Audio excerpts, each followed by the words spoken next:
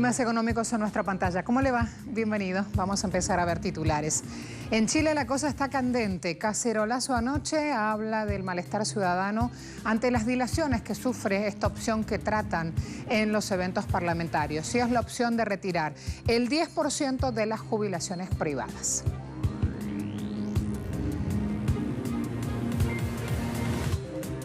En Uruguay, los sindicatos en paros en pro de garantía salarial. Y hoy analizamos en nuestro expediente económico Brexit y el hilo de frustración que arrastra porque hasta ahora no han llegado con la Unión Europea a ningún acuerdo sustentable.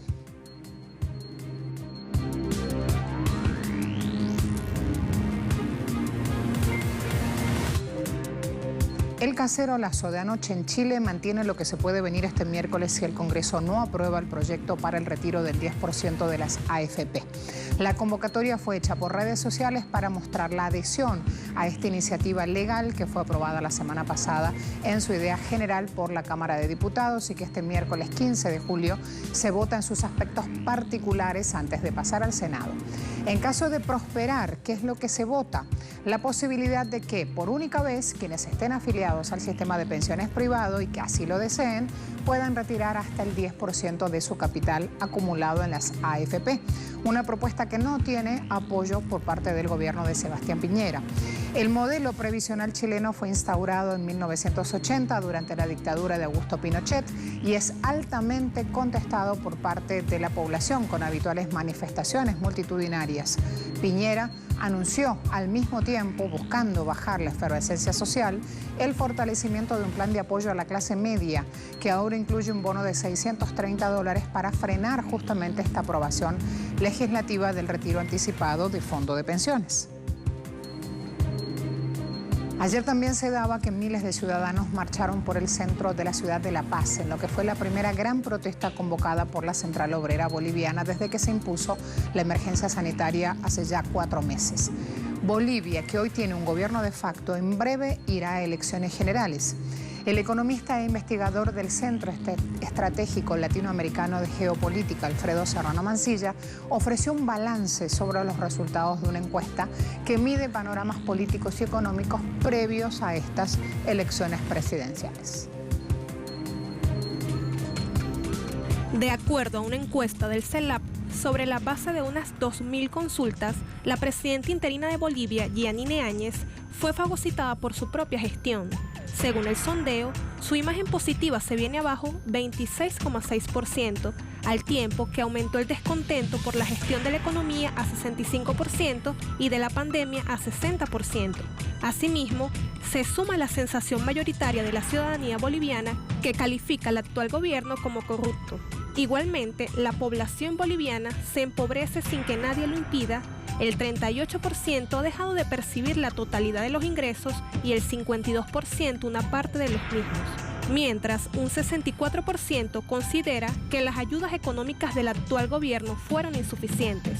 Por otra parte, un 70% de los consultados está en contra de las privatizaciones de servicios básicos y sectores estratégicos y un 74% valora el papel del Estado en la economía del país. También el 62% se mostró favorable a suspender pagos de deuda o procesos de renegociación. El CELAP agrega que ni el golpe de Estado contra el presidente Evo Morales ni la persecución judicial han logrado hacer desaparecer la principal fuerza política del país. El candidato del MAS, Luis Arce, goza de un 41,9% de intención de voto proyectado sobre válidos, mientras su principal adversario, Carlos Mesa, queda lejos a 26,8%. El Sindicato Único Nacional de la Construcción, SUNCA, de Uruguay, hace hoy un paro y concentración por garantías en los salarios que otros sectores secundan en los próximos días. Ya hay un plan de acción. La asamblea se hará en medio de la lucha del gremio por un nuevo convenio colectivo para toda la industria sin pérdida de salarios y de ninguna de las conquistas ya obtenidas y con perspectiva de avance. Esto lo expresa el comunicado del sindicato. Durante la jornada se espera la llegada de más de 100 buses centrales con afiliados procedentes de todo el país, lo informaron los organizadores. Trabajadores del transporte interdepartamental pararán este viernes para denunciar medidas de las patronales de recortar salarios y de pérdidas de beneficios, una situación que se extiende a los ómnibus o buses metropolitanos. Representados por el sindicato sectorial UNOT, rechazan el envío de 1.000 trabajadores al seguro del paro en una protesta al que la última hora decidió sumarse también el gremio de taxistas. La central sindical PIT-CNT dará su apoyo a una enorme olla popular el sábado frente a la residencia presidencial, organizada por una red que se llama Red de Ollas Solidarias. Este movimiento de asistencia alimentaria resurgió con fuerza al calor de la pandemia y su impacto económico en cientos de miles de personas que vieron reducidos o desaparecidos sus ingresos. Muchos que no pudieron pagar los alquileres pasaron a situación de calle y esto parece explicar que aumentará de manera drástica su número y la urgencia actual de habilitar espacios de refugios con la llegada de una dura ola polar.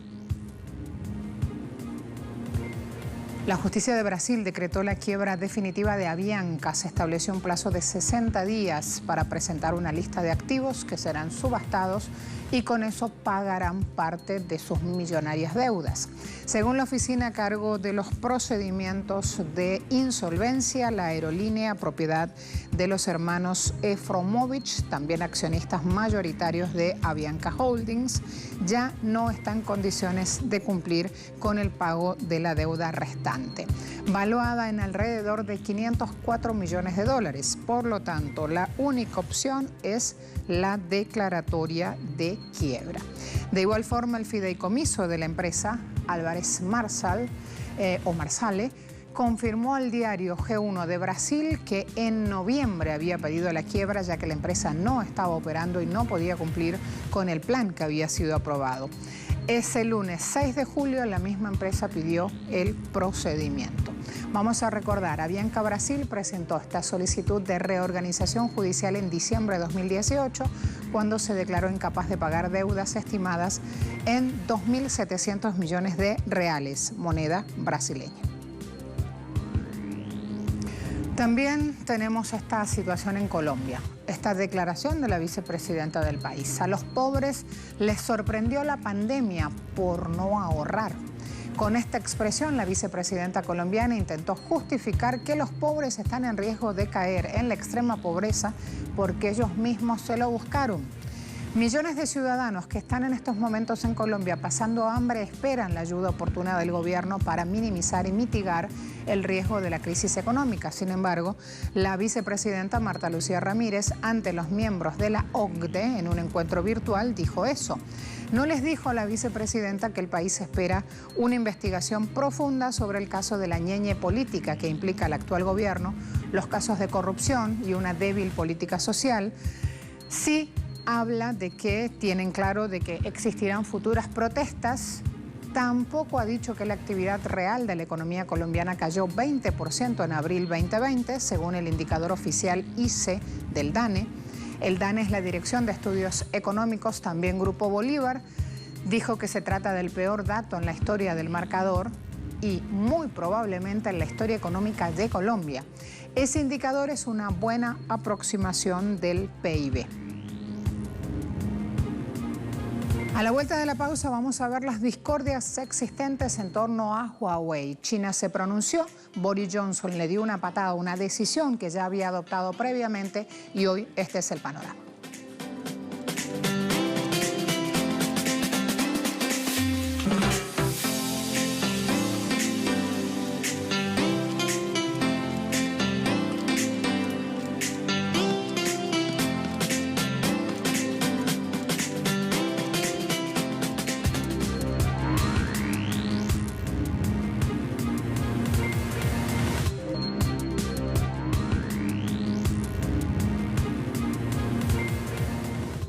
Ayer conocimos que el primer ministro británico Boris Johnson ordenó apartar por completo a Huawei de la red 5G de Reino Unido hasta el año 2027, exponiéndose de manera clara a las repercusiones negativas de China.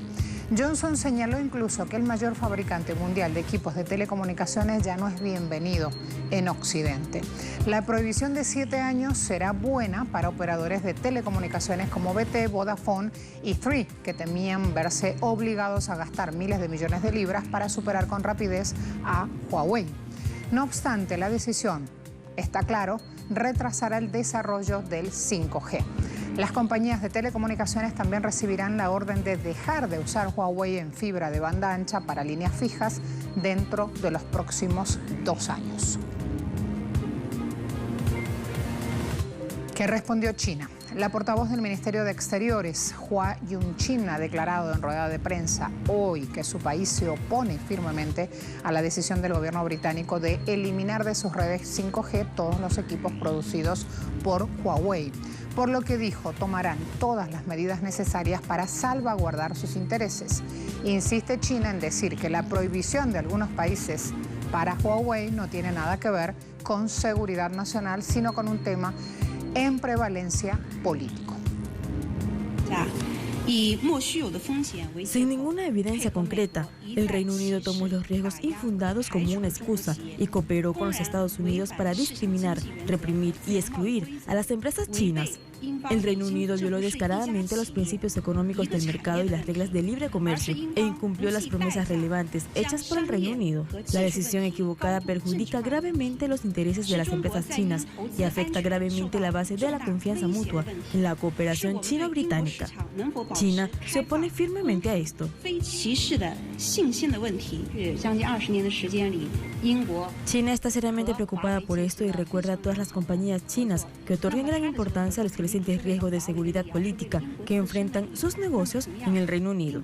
China evaluará completa y seriamente este incidente y tomará todas las medidas necesarias para salvaguardar los derechos e intereses legítimos de las empresas chinas. También resaltamos lo siguiente: el comercio chino disfruta de un crecimiento sorpresivo en junio, a medida que el mundo emerge de los bloqueos que estrangulan la economía. De todas maneras, las autoridades chinas advierten sobre los vientos que corren en contra de la recuperación global. El comercio exterior del gigante asiático aumentó un 5,1% interanual en junio pasado y las exportaciones e importaciones aumentaron un 4,3% y 6,2% respectivamente, según mostraron datos oficiales este martes. En la primera mitad del año, el volumen total de importación y exportación de nuestro país disminuyó un 3,2% interanual, pero la tasa de disminución disminuyó un 3,3% en comparación con el primer trimestre del año. Por primera vez en este año, vimos aumentos tanto en las importaciones como de las exportaciones en junio. En una palabra, el desempeño general de las importaciones y exportaciones para la primera mitad del año fue superior a las expectativas. Las importaciones mundiales de China aumentaron a 167,2 mil millones de dólares, repuntando desde la disminución de mayo pasado, mientras que las exportaciones aumentaron a 213,6 mil millones de dólares, una mejora con respecto a la contracción del 16,7% del mes anterior. El superávit comercial global del país fue de 46,4 mil millones de dólares.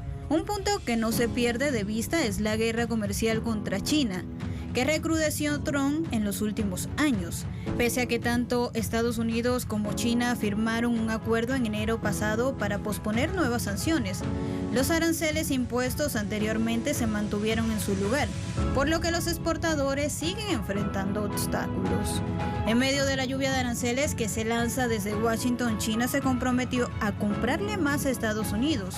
Y pese a las diferencias entre las principales economías, el dragón rojo cumple su palabra. A pesar de las dificultades para combatir la epidemia, hemos cumplido nuestras promesas e implementado el acuerdo. En la primera mitad del año, la disminución de las importaciones de los Estados Unidos fue de un 1,8%, menor que la disminución general de las importaciones de China. El acuerdo se está cumpliendo e implementando. China, donde se conocieron los primeros casos de COVID-19, fue la primera economía importante que se cerró para combatir el virus y la primera en comenzar la lucha para restablecer la actividad comercial normal después de que el gobierno declarara la victoria sobre el brote en marzo pasado. La actividad de las fábricas chinas se está recuperando. La economía del gigante asiático se contrajo un 6,8%, pero poco a poco comienza a transitar terreno alcista.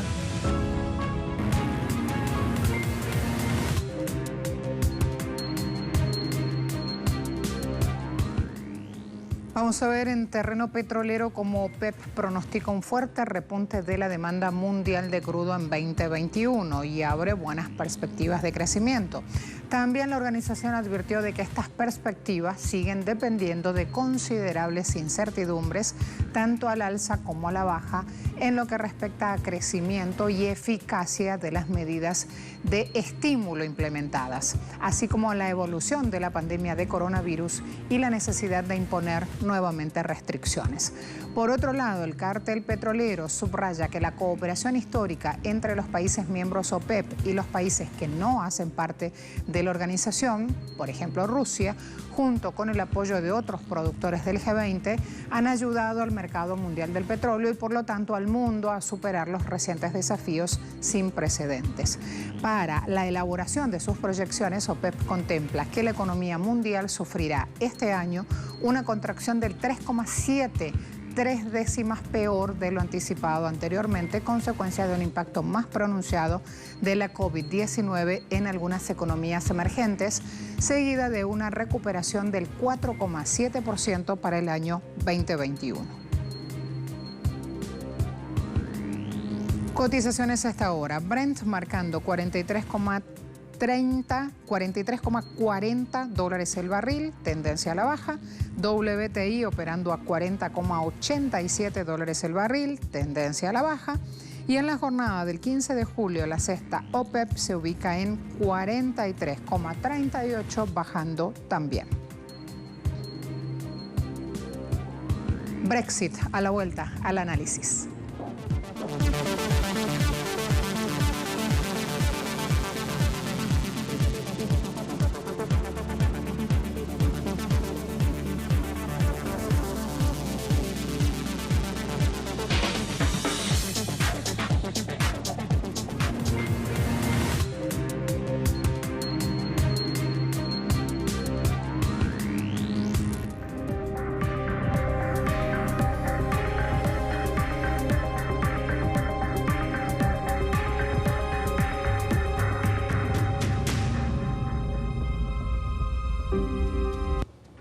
Si no se logra ningún acuerdo a fin de este 2020, Reino Unido abandonará el bloque europeo con sus aranceles y cuotas y también allí se enfrenta a un nuevo entorno.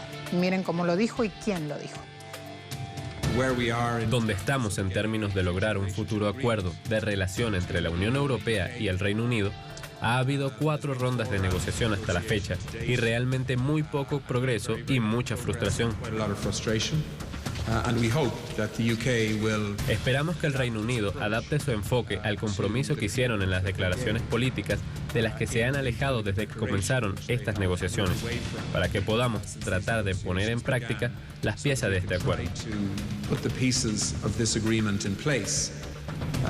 Hemos estado aquí antes. De hecho, hemos llevado el país hasta la cima de la montaña 2 veces antes, cuando había un grave riesgo de un Brexit sin acuerdo.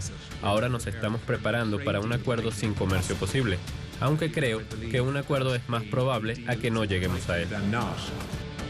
La economía del Reino Unido lucha por recuperarse después de casi 3 meses de confinamiento.